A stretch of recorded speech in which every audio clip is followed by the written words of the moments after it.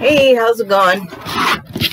Just want to make sure that you could get a good look at the sign there with the YouTube disclaimers over there in the top. And so, like it says, I just want to talk about Amsterdam just real quick. There was a few points I just wanted to quick hit upon, and they are, well, first of all, let me just say that this movie has a lot of moving parts and a lot of cast, so it's not all of the cast, just the names that are recognizable. And, well, you know, they're prominent in the parts. The smaller roles are not so much, and my board can only hold so much space. So that said, let me just move along.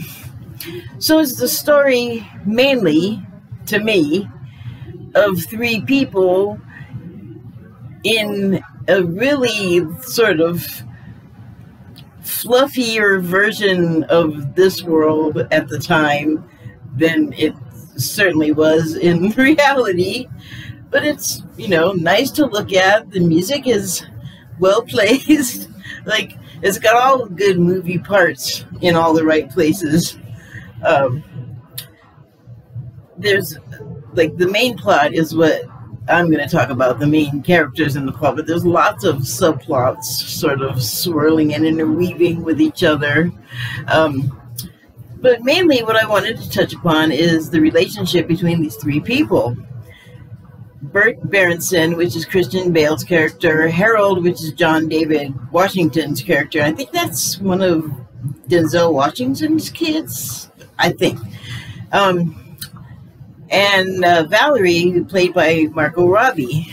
And they're sort of an unlikely pair, I think, certainly at that time, to be hanging out together. But I guess war makes interesting bedfellows, because they meet in Europe, even though they're all American. And Burt is a veteran. Is Burt too? I don't know. For some reason, how did Burt get out of it? I don't know. Shame on me for not knowing this, not remembering this. But anyway,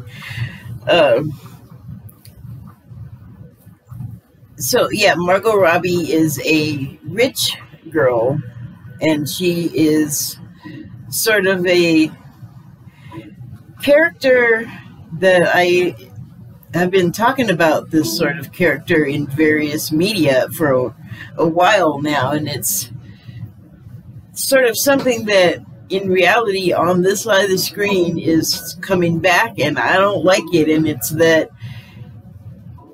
outspoken, sort of brilliant and creative, like artist type woman, if she said anything too smart or too provocative or just too out there, like beyond like cultural norms of what it was okay to say, I guess.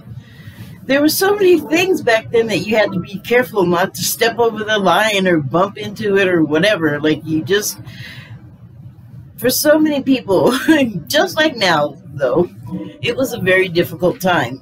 I think now we can sort of get away with more things than we used to be able to. And when I say we, I mean like women who, like Valerie. People are unnerved by what she has to say, and they don't understand her creations, her art, which she takes broken things and she puts them back together, or she takes beautiful things that were broken and remakes their beauty. You know, she's a creative force, and she's got opinions, and people don't like that. And people always don't like women with stuff to say. There's always some group of people that are threatened by that, and if they can't, I guess, emulate it, then and can't be around it, they got to put it away somewhere. And I think that's how, like, Frances Farmer keeps coming up, like how she just people did not like what she had to say, and they kept locking her up in the crazy house. And back then, they would zap your brains out, and those people had to know that that would happen to her in there, and I would just, it makes me just, God, I guess cringe inside, because how can we treat each other so badly knowing that that's going to be the case, that they're going to be ill-treated? But we do it all the time. I mean, I don't, but we humans do.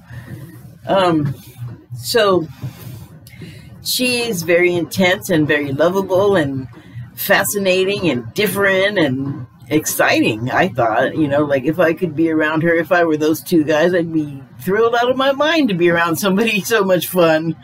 And so Harold, the black guy portion of this triangle of friends, he actually, I'll just get this right out of the way, ends up falling in love with Valerie, and she's white, so there's obvious problems there. This was taking place in the wake of World War I, so in Europe, they could do that and be okay. Here, no es bueno. But there, now in Europe, they're not so great with it now either.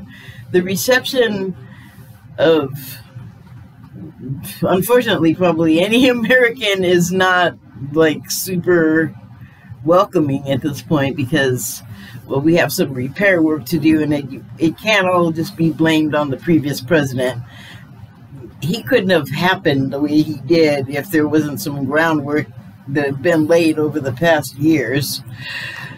So he's sort of the sense of the group, like the most level-headed. He's a lawyer, and he'd do anything for his friend. Like, it's just tender. When they're out together, they keep getting into these scuffles and having to run away, and Burt's got a fake eye because he's a vet, and so that's his wound. He lost an eye, and the fake eye just, I don't know what the technology, what was wrong with it then, but he could keep that thing in his head, so he kept getting knocked down and knocked out, and thank goodness his friend was there to keep track of his eye that just went flying and rolling all over the place.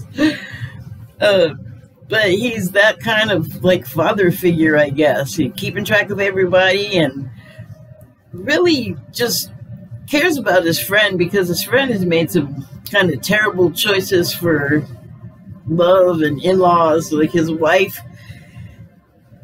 his wife's parents don't like him, but she's more inclined to take their side. Like they were like, we don't like him, let's get rid of him, we'll send him to war and maybe it'll get him killed. And I don't know if they specifically are like articulated that to their daughter, his husband, his wife. You know, did they tell their daughter, like, we don't like your husband, so we're going to send him to war and hope he dies? Like, I would love to have heard how that conversation went, actually. Like, what does this woman actually care about other than being rich and stuff that is attendant to that? Which, if you watch the movie, you'll know exactly what I'm referring to. But Burt is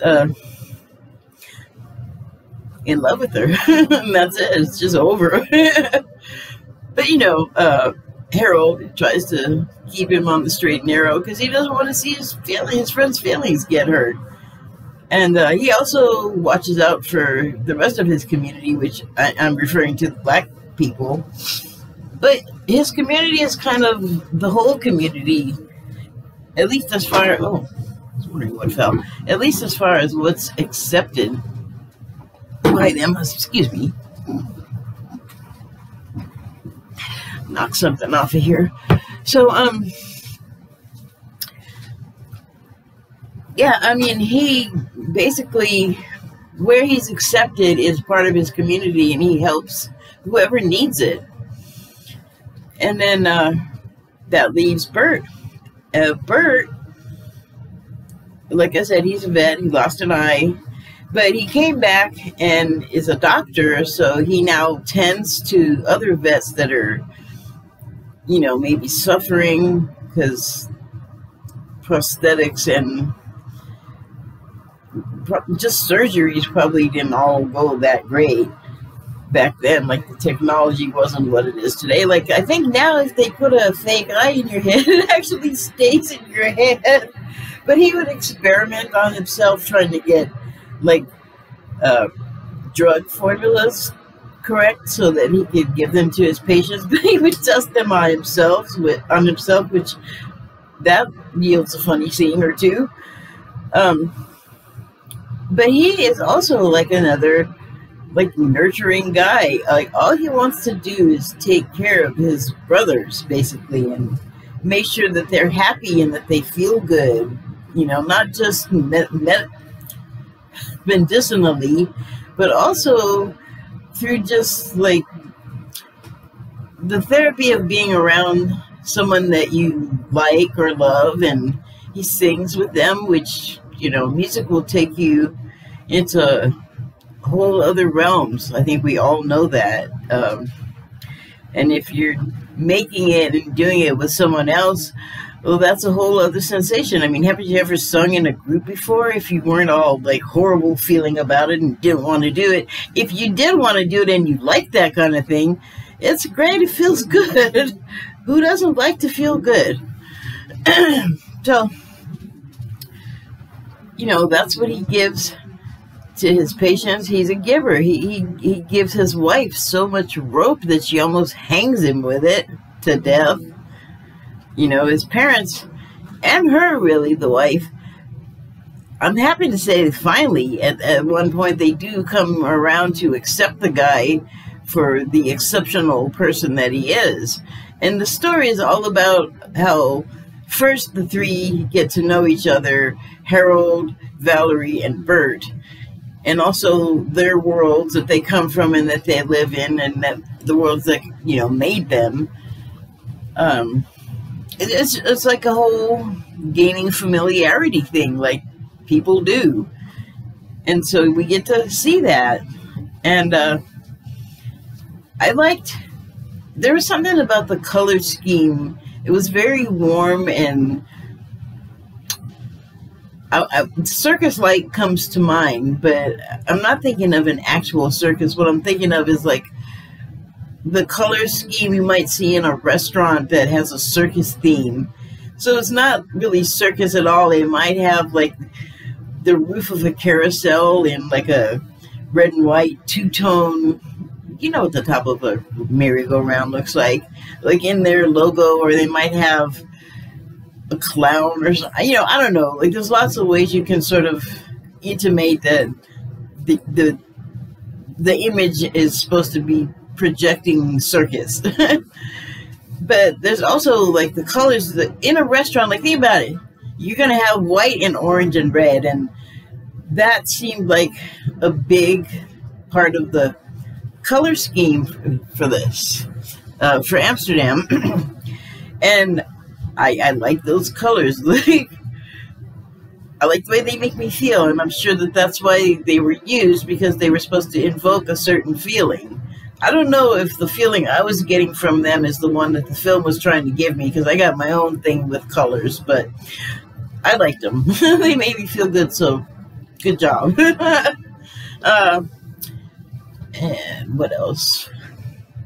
The three of them go through some, boy, I wish I could just talk normal on here, some crazy stuff, and it's breathtaking in moments where you're just not sure, like, is this going to go really bad and wrong? But luckily, the whole time, thank goodness, there's a comic side to this movie, and that saves the sort of really scary in moments that could be really tragic from being that way. You know, there's like a laugh, there's an irony, there's a moment when the story or a sub-story comes together in a way that clicks, and you're like, oh, so that's what's happening there.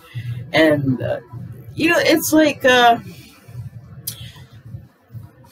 cop show now, where, well, I mean, cop shows, I guess this was always the case. As the viewer, you always could see what was happening in the investigation.